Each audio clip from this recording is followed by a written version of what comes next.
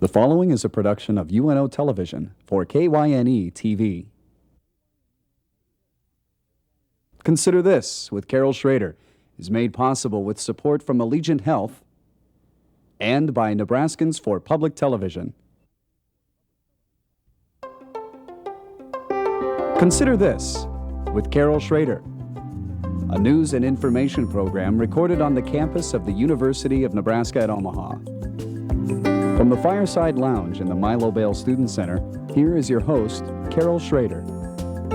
Hello and welcome to UNO. I'm Carol Schrader, and consider this. Local boy makes good.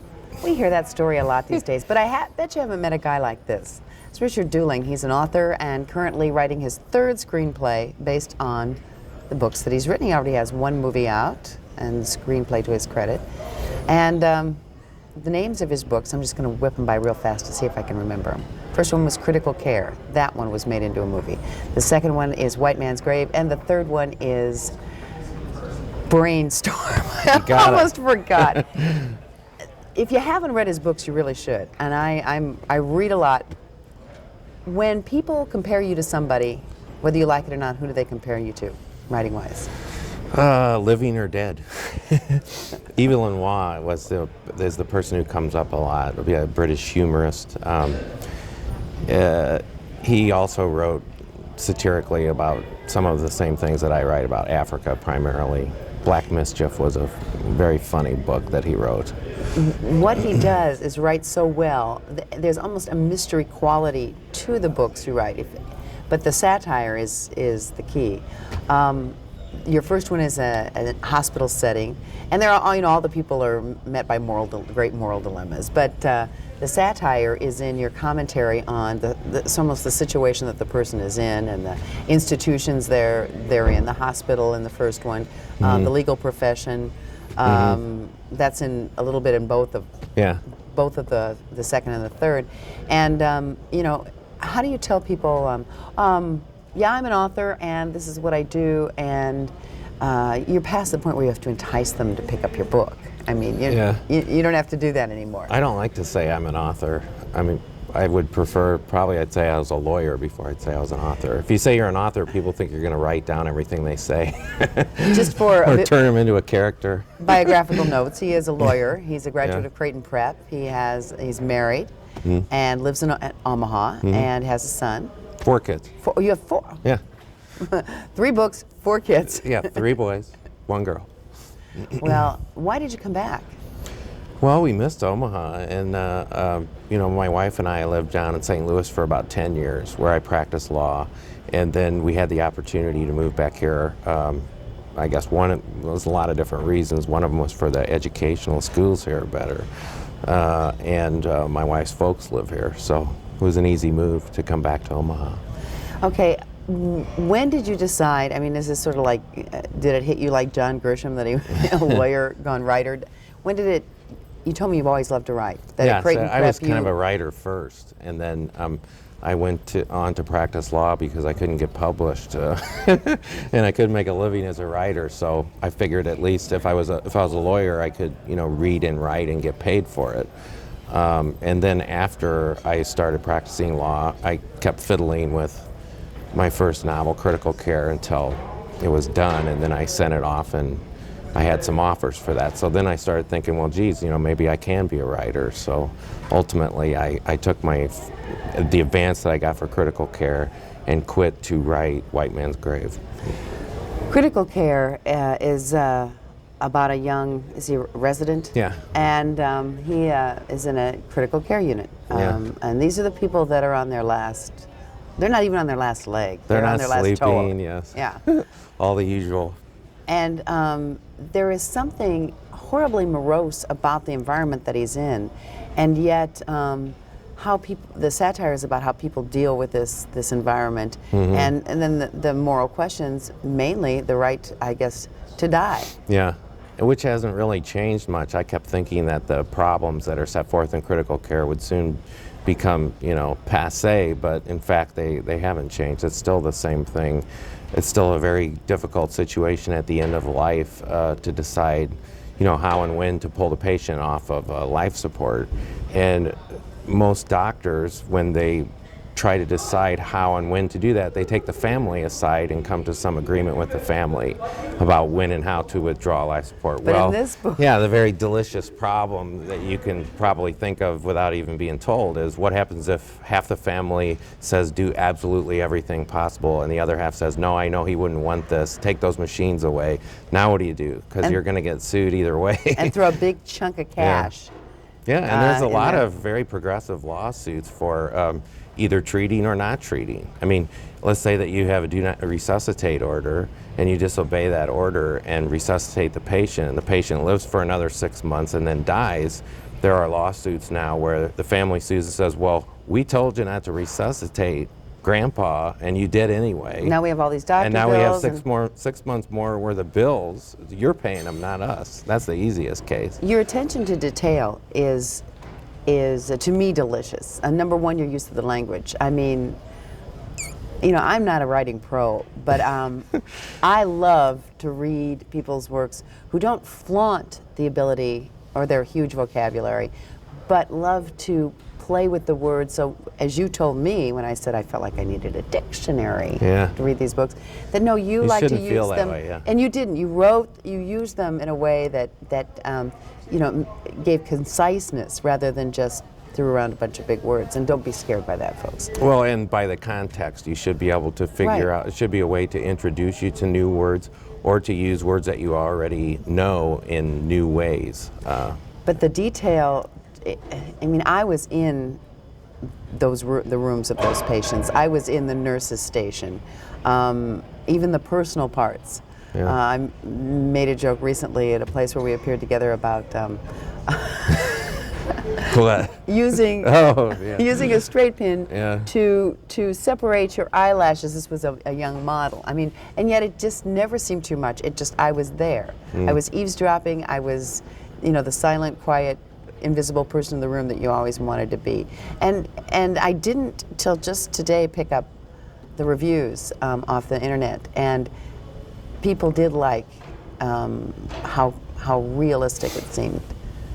Doctors and Yeah. otherwise. Well, you've got to, if you're writing about something, either medicine or law, where, I mean, there are millions of doctors and lawyers, they're going to read your book, and you don't want them going, oh, pfft, you know, there's a howler.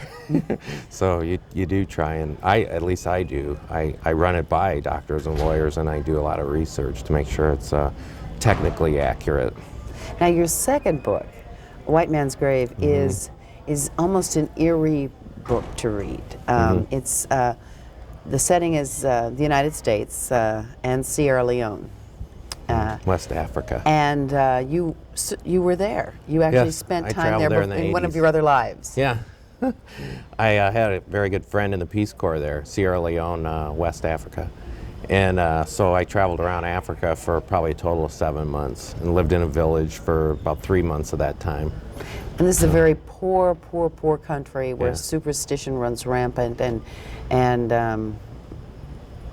so you played on all that and filth and disease and you know, all your standard sort of you know, poor African third world problems, but you wove a tale based on the superstition and a white man, a Peace Corps volunteer who became very entrenched, couldn't keep his sort of objective distance. Yeah, kind of went bush. And then his friend had to go find him.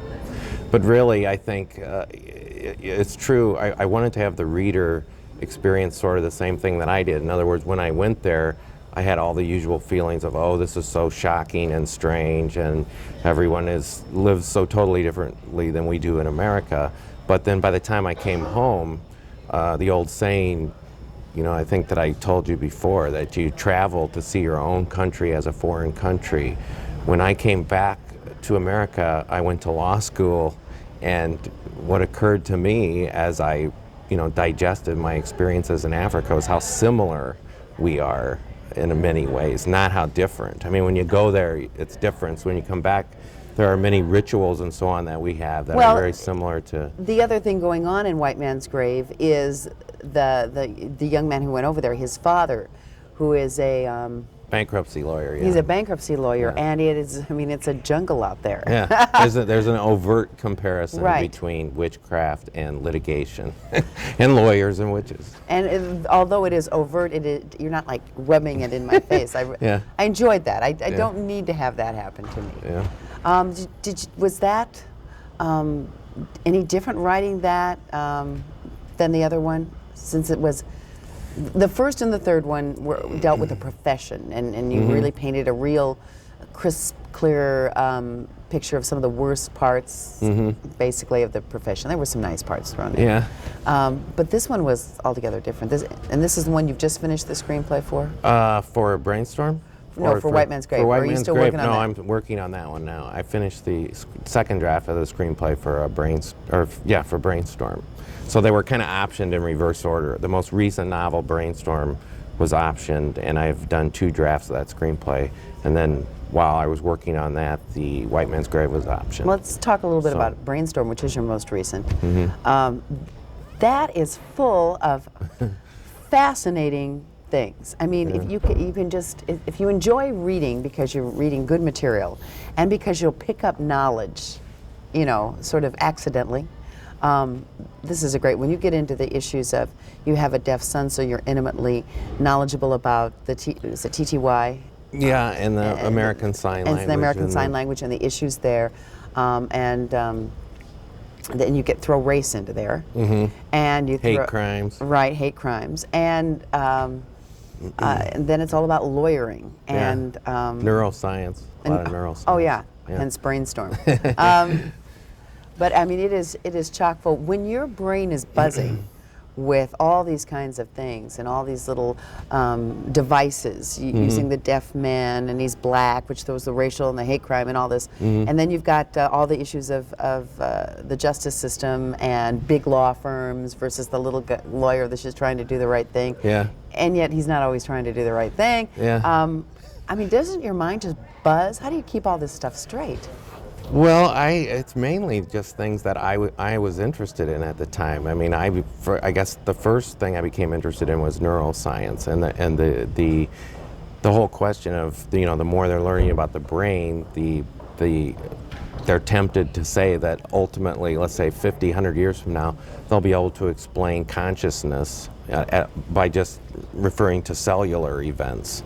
You know, so just begin with that. That's like a huge thing. You could write a whole book about it, because the implication would be that you have no soul or free will. You're just this is just a soup up here that's, you know, you have the illusion that you're controlling yourself, but you're not really. That would be one of the corollaries. So, I mean, that interested me. And then you put on top of that, like a crime, like a hate crime, where the key element of the crime is your mental state.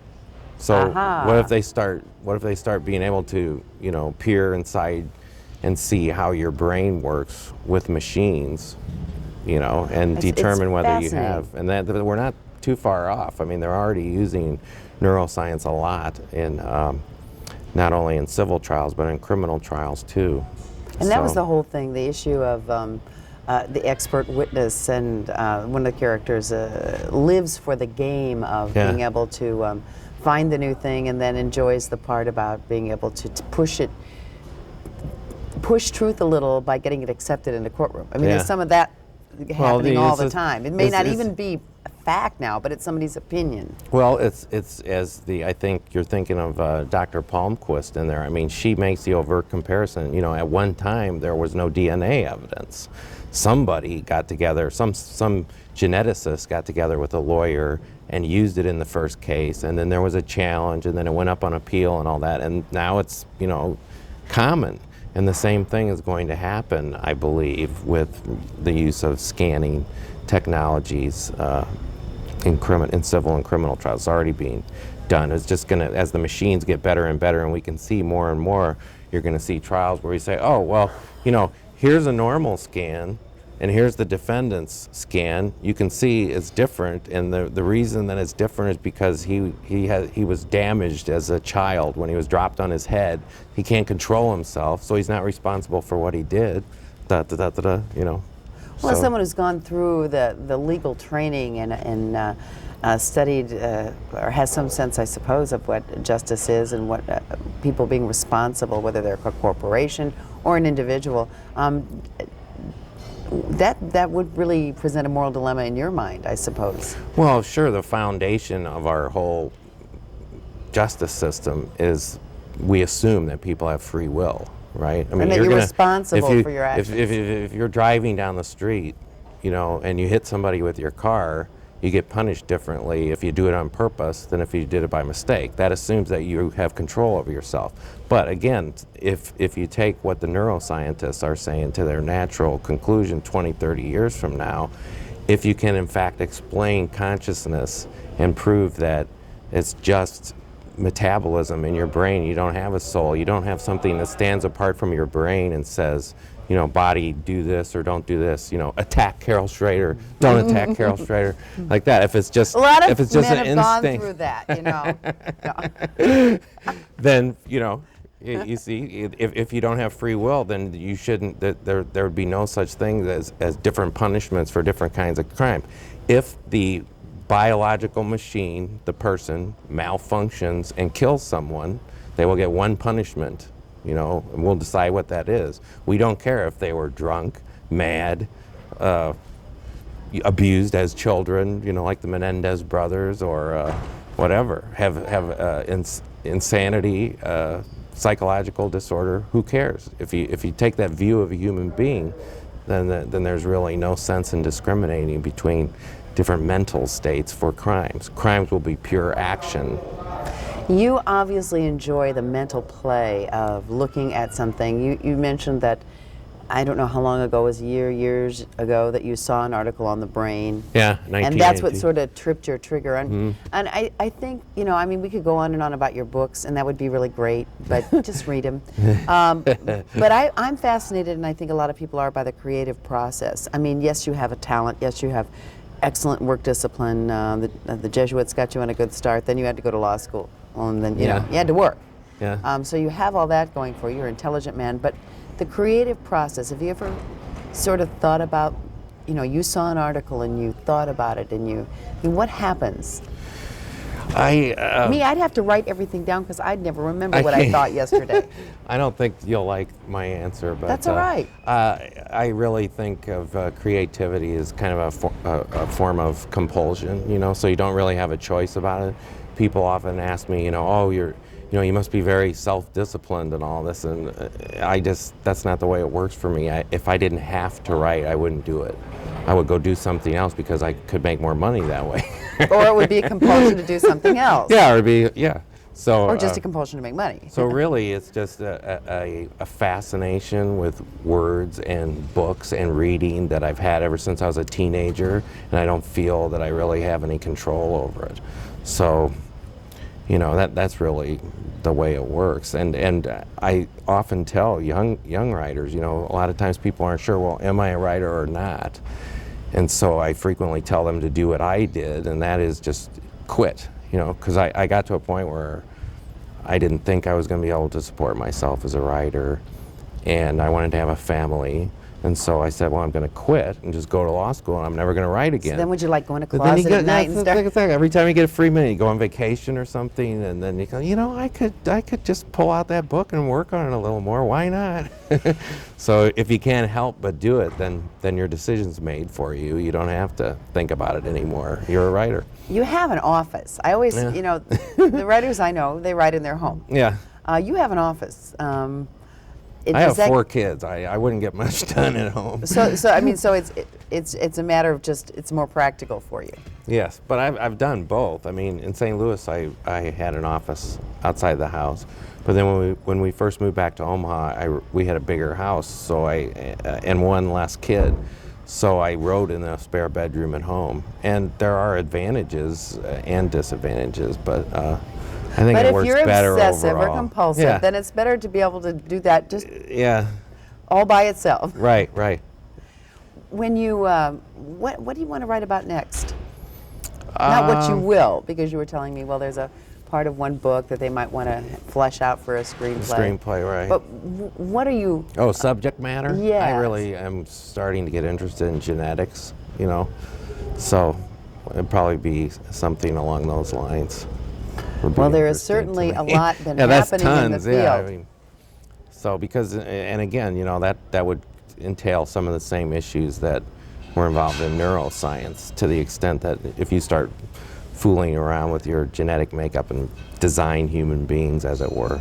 You know, I think true scientists, and there's a science and a little bit of science in your first and third book, or a lot of it, have a compulsion too, and they're very similar to writers. Yeah. In other words, they have to sort of go where no man has gone before in terms of what could be, what would be, and then, you know, try to tailor their research and move in that direction and make it happen if it's meant to be.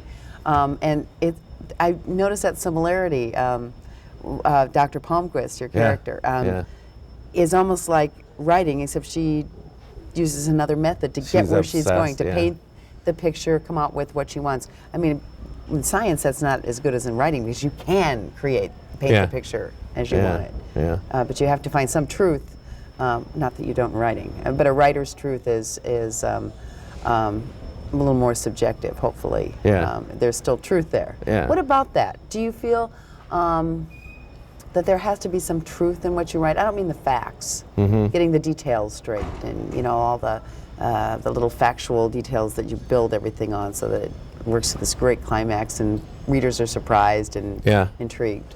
But a writer's truth, sort of a verisimilitude that, you know, writers and artists are supposed to create. Well, I think you mean to the extent well, there's the old saying in the movie business, you know, if you see a movie that's very tendentious and has this overpowering message, the old saying used to be, look, if you want to send a message, use Western Union, you know, which is true. Because, I mean, a work of art should have many messages, and then the message, if there is one, is how all those fit together. You know, you take a complex issue like neuroscience, you're going to have a neuroscientist who is going to follow that wherever it goes, but then you're going to have the implications of her behavior on someone who perhaps still believes in the soul, like our protagonist. And when they get together and have conversations, you know, what do they talk about? Who wins the argument? Do they get in a fight? You know, or maybe what you do is create, present competing truths. Yeah, to the ideal. individuals and the thing, and then I guess it's because you don't hit people over the head with it. Then it's for them to grapple with. Yeah, so grappling with what the truth is. I can't remember who it was, but somebody compared it to an ink blot. You know, when you look at a good reader with a good vocabulary and a good background in your subjects comes to your work of art, and when they look at it, it sets off all these ideas in their mind. You're not telling them what to think, and if you're doing your job, they can't see which one of these characters is really you, or which one you really, you know, believe in. If the book tells you more about the author than it does about the characters, you don't put it's yourself a bad in the book. same league writing screenplays, or the next one you'll write, which wasn't preceded by a book, as in Oliver Stone. I don't know what you mean. Well, I mean, he's got an idea. He's always got a message, He's got an idea before he and works everything around it to come out with that, no matter what. Dangerous, yeah. That's kind of dangerous, I think, because it's not surprising to the viewer or the reader. They can usually see it coming a mile away. You know, I think surprise and entertainment be more valuable. Well, I think so too. Show them some new relationship between. You know, there's a There's a public television series called Connections. I think is that the one where the English guy and he starts with one thing and moves to another and moves to another. And I kind of, when I was reading your books, felt like that. It's like you start with this kind of simple life, but the problem suddenly appears, and then the people only survive by making these kinds of transitions and connections, which is what our lives are. But then you throw in science that's just and because medicine. you bring so much to that book, Carol. I mean, you have to. Half of the relationship between an author and a reader is what the reader brings. I mean, But you know that everyone that watches this program is going to bring a lot to that book, or they wouldn't be watching public television. But do you know what I'm saying? Mm-hmm. That when you read it, I mean, I'm so in awe of it. Maybe that's because maybe I have an inferiority complex, but I truly enjoyed the play in your book. You like to play with our minds. Yeah, and words. Yeah, well, using the words and the little scientific breakthroughs and things. I mean, you're really playing with us. You're leading us down a path, and then I turn a corner and get batted another way. What are your kids old enough to have read your books? Let's see. My oldest son is almost 12, but he probably reading it, way ahead. I pretty soon, but not yet. I don't think. You've got some sex. Some. You're not, real Part of life. heavy duty with the sex. Yeah. Are those? Is that hard to write? Some people just don't. It's really, it can be very hard. I think it's better to be ironic about it. It's something that you should do, not talk about it, write about. Well, and doing it is fine. Yeah. But the sex, like the other things in your book, are something that people find themselves caught in, with their emotions and their instincts or their mistakes that they make. I guess mistake isn't the right word, but they get into say a scientific trap just as they would get into a sexual trap. The Venus flytrap of a woman versus a new set of scientific facts. Oh, I could use, very sensual and alluring to the professional trying to move ahead or whatever. Yeah. You decided to be a lawyer to kind of pay the bills. That was kind of a long route to just pay the bills. I mean, you didn't have a lot of faith, obviously, in your writing at that point, or at least worried about it. No, I didn't, Did lawyering and learning to be a lawyer help you?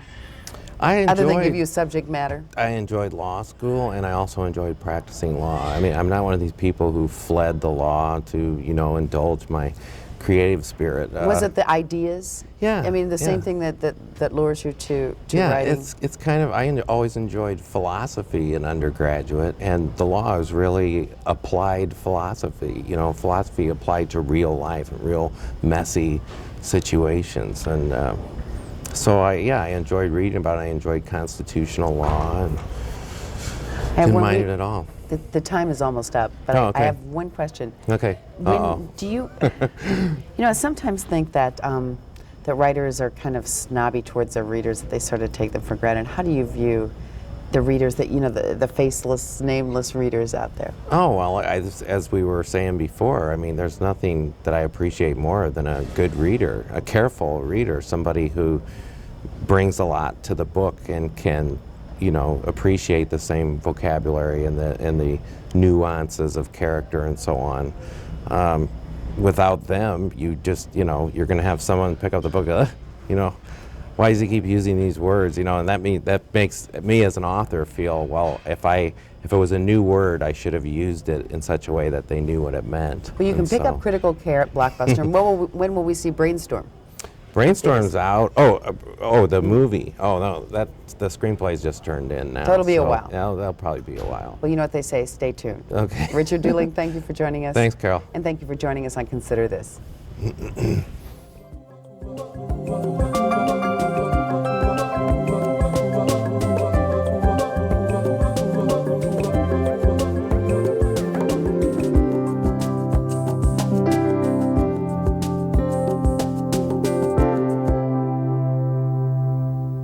Consider This with Carol Schrader is made possible with support from Allegiant Health,